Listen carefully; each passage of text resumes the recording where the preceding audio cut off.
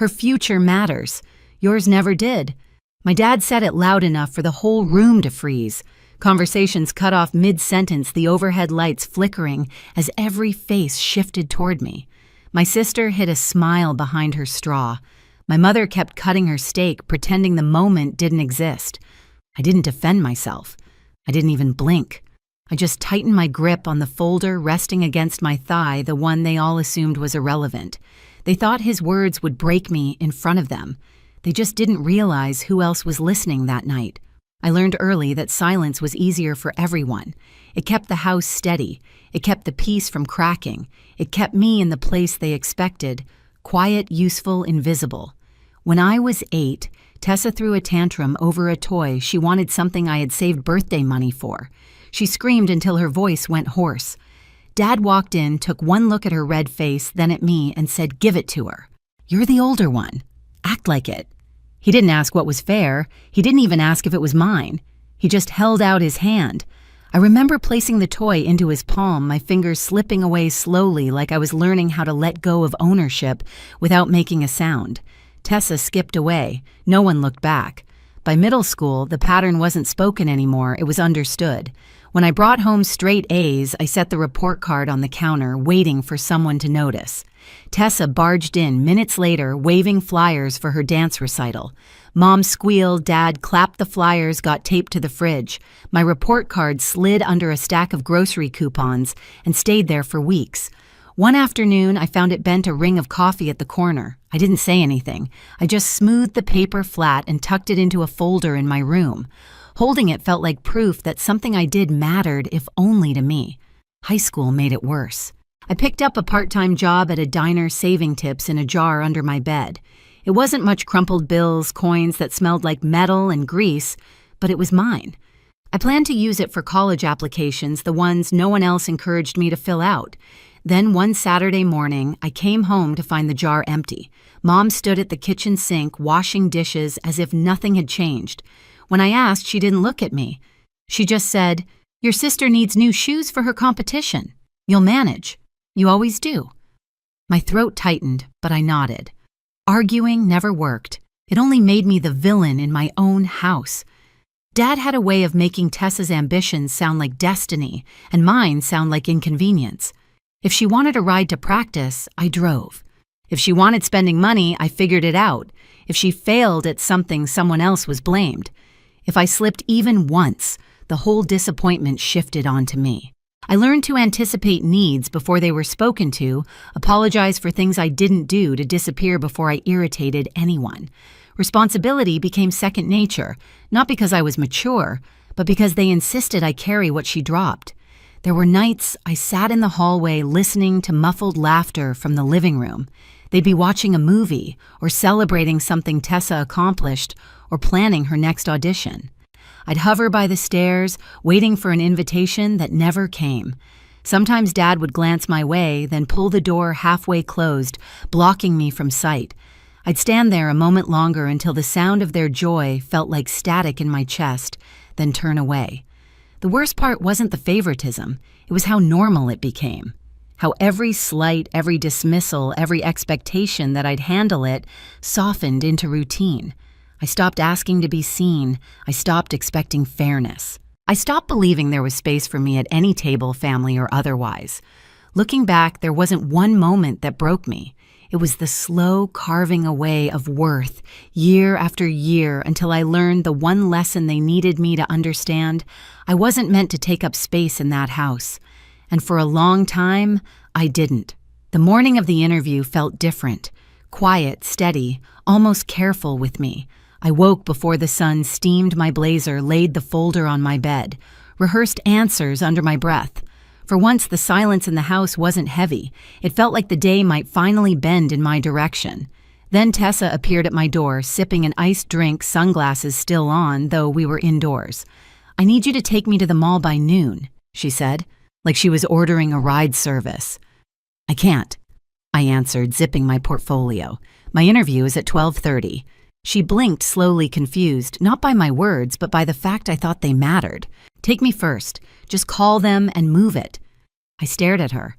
"I'm not canceling my job interview just to drive you to the mall." The sentence hung in the space between us, unfamiliar, like speaking a language this house didn't recognize. Her face tightened. She didn't argue. She just said, "I'll tell Dad." He arrived less than 2 minutes later, footsteps heavy, jaw set like he'd been waiting years for a reason to explode. He didn't ask. He didn't listen. He just pointed at me. "What's this I'm hearing? You're refusing to take your sister where she needs to go. I have an interview," I said quietly. "It's important." He laughed, cruel loud, the kind that fills a room and empties it at the same time. And then he said it. "Her future matters, yours never did." The words hit before his hands did. He shoved me so hard my back slammed into the hallway wall. The picture frame cracked behind me, glass skittering across the floor. My shoulder throbbed. Tessa watched from the counter, chewing gum like she was passing time. Mom walked in, saw me on the ground, and sighed as if I'd spoiled her morning. "Why do you always start something? No one helped me stand. No one asked if I was hurt." Dad just stepped closer, blocking the doorway, waiting for me to fold. But something in me shifted, quiet and final. I picked up my keys, brushed glass from my sleeve, and walked toward the door. I felt him move to block me again. This time I didn't stop. This time I walked out. The air outside was cold enough to sting, but it was the first breath that didn't feel borrowed. I walked down the driveway, the cracks in the concrete blurred under my feet, Dad's shouting fading behind the door he couldn't reach me through anymore. I didn't look back. I kept walking until the house was out of sight, and the shaking in my hands wasn't fear, it was the shock of choosing myself. Harper pulled up exactly when she said she would.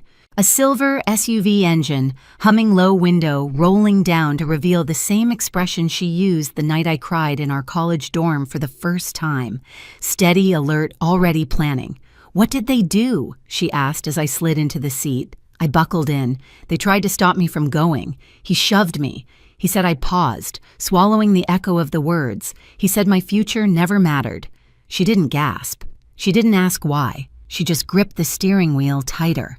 "Then we're going to make sure they can't touch your future again." The drive to downtown felt unreal. My blazer was wrinkled from his hands. There was a faint scratch across my shoulder. My chest still ached where the air had left it.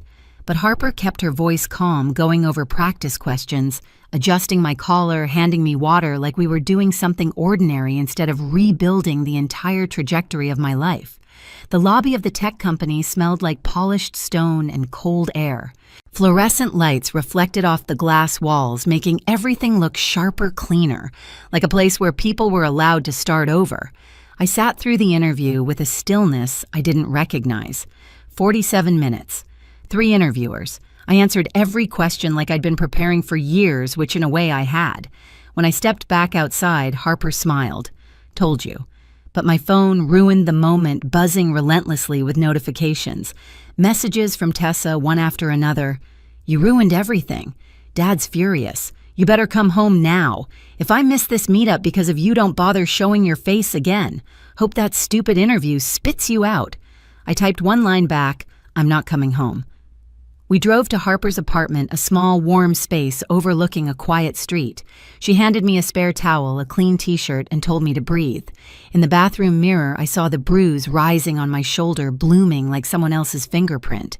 For a moment, I felt 8 again, 12 again, 16 again, waiting for someone in that house to care. But they never had. And this time, I wasn't waiting. Later that night, Harper entered the living room with her laptop open, face pale, not frightened but furious. "You need to see this," she said. She turned the screen toward me. An internal HR chat, a forwarded recruiter memo, a voicemail transcription. It took me a second to understand it was about me. Then the words snapped into place. Her father called, reported her as unstable, said she attacked him, warned us she's dangerous to hire. My ribs went numb. Dad hadn't just tried to control me. He tried to erase me before I even got a chance to begin. "He called them again tonight," Harper said quietly. Left another voicemail. They forwarded it because he referenced his job title and the board he sits on. That's a policy violation. Several, actually. She tapped the folder she'd already printed, recruiter notes, voicemail recordings, Tessa's texts, timeline of interference. He crossed lines he legally can't cross, she said, and we're going to use exactly that. I didn't cry. I didn't rage. The emotion was colder than either. It settled low in my stomach, heavy and precise, like the first moment a blade touches skin. What do we do? I asked. Harper opened a blank document, clean, clinical, the type where no one could accuse you of exaggeration. First, she said, we file with corporate compliance at the tech company. Everything neatly attached, everything factual. Then we send a formal note to the firm your dad works with. They can't ignore it. I nodded. We began. Typed, saved, attached, documented, filed, indexed, forwarded. No emotion, just the steady sound of keys, the quiet click of the mouse, the hum of the heater under the window. While we worked, Dad called my phone 6 times. Each voicemail angrier, less coherent, more threatening. I didn't listen to them. Harper saved everyone. At midnight, the final email was ready. Subject line, formal complaint. External interference with hiring process. Attachments 8 files. CC'd HR Compliance Legal. The oversight committee of Dad's firm. Harper hovered her finger above the trackpad. You ready? I thought of the wall. The crack in the frame. The bruise on my shoulder. The years of silence. The sentence he delivered like a verdict. Her future matters.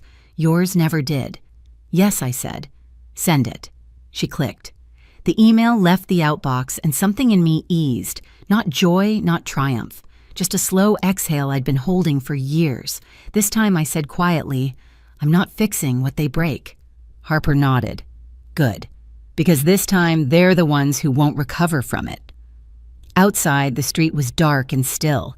Inside, for the first time in my life, everything was finally moving. The first response came sooner than either of us expected. 24 hours after Harper hit, send an email arrived from the tech company's compliance team. The subject line was short, almost emotionless, but it shifted the air and the entire apartment acknowledged. Under review, they requested a call. Not with me, with their internal board. Harper read the message twice, then looked up. They're taking this seriously. They have to. For the next several days, everything moved in a slow, quiet avalanche. Small at first, then impossible to stop.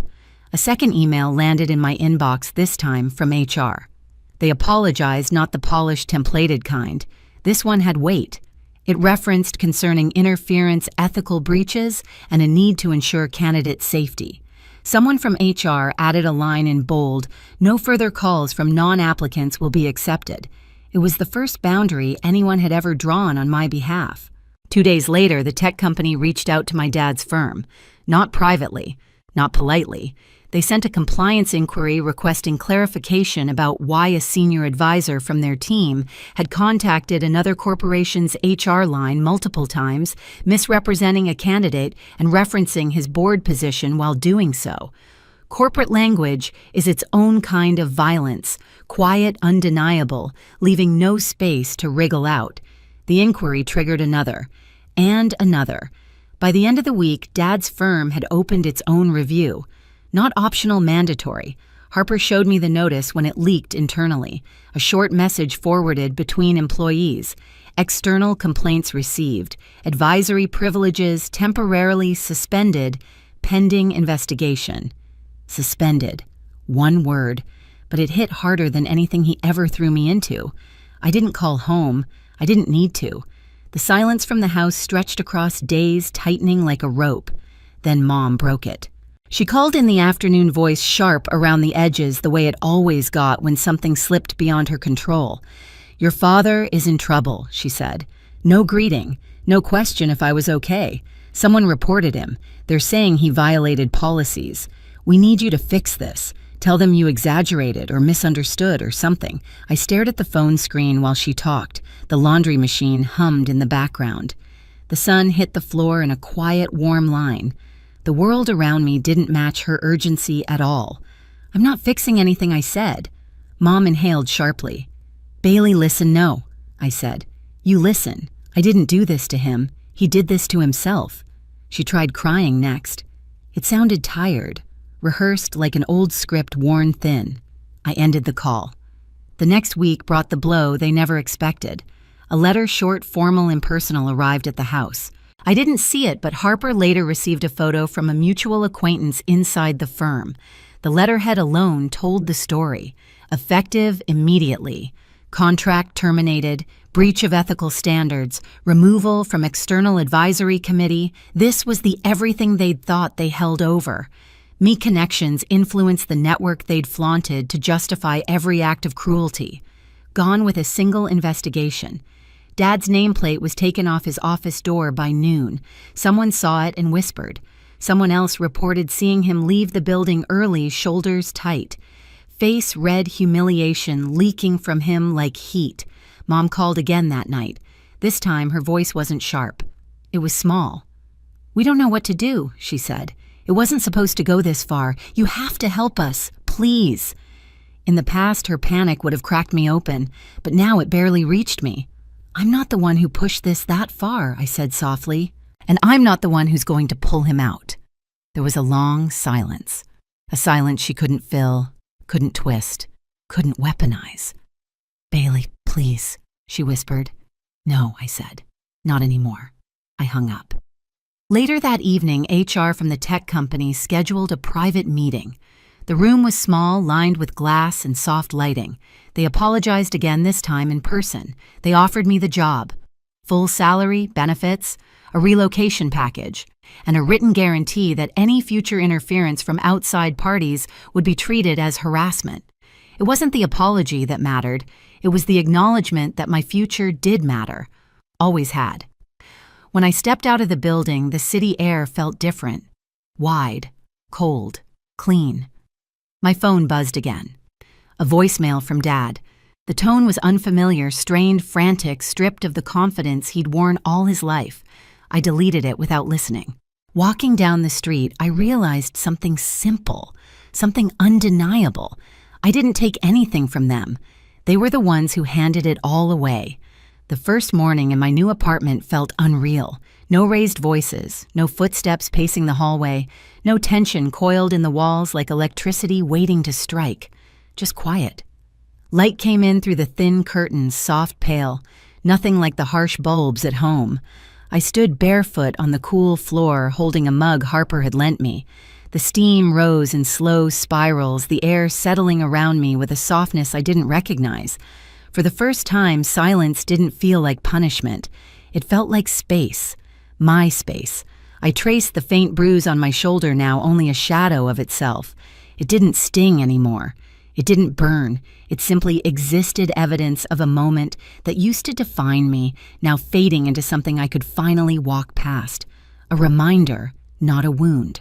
The city outside was alive, cars humming below, someone shouting good morning across the street, a dog barking into the open air.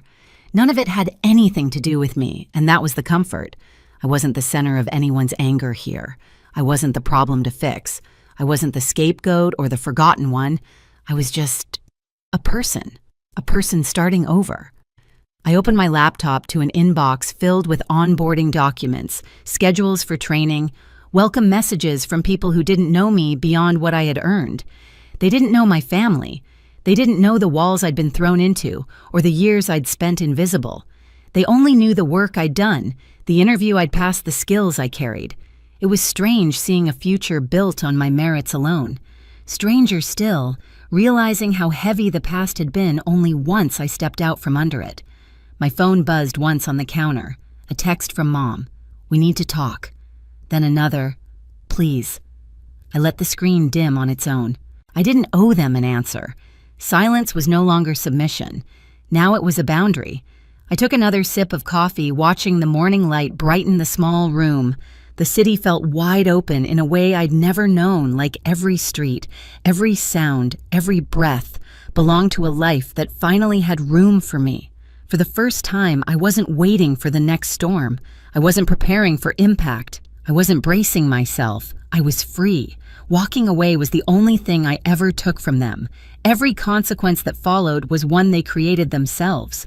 Freedom didn't come from winning. It came from refusing to stay where I was never meant to grow. Some doors don't close behind you.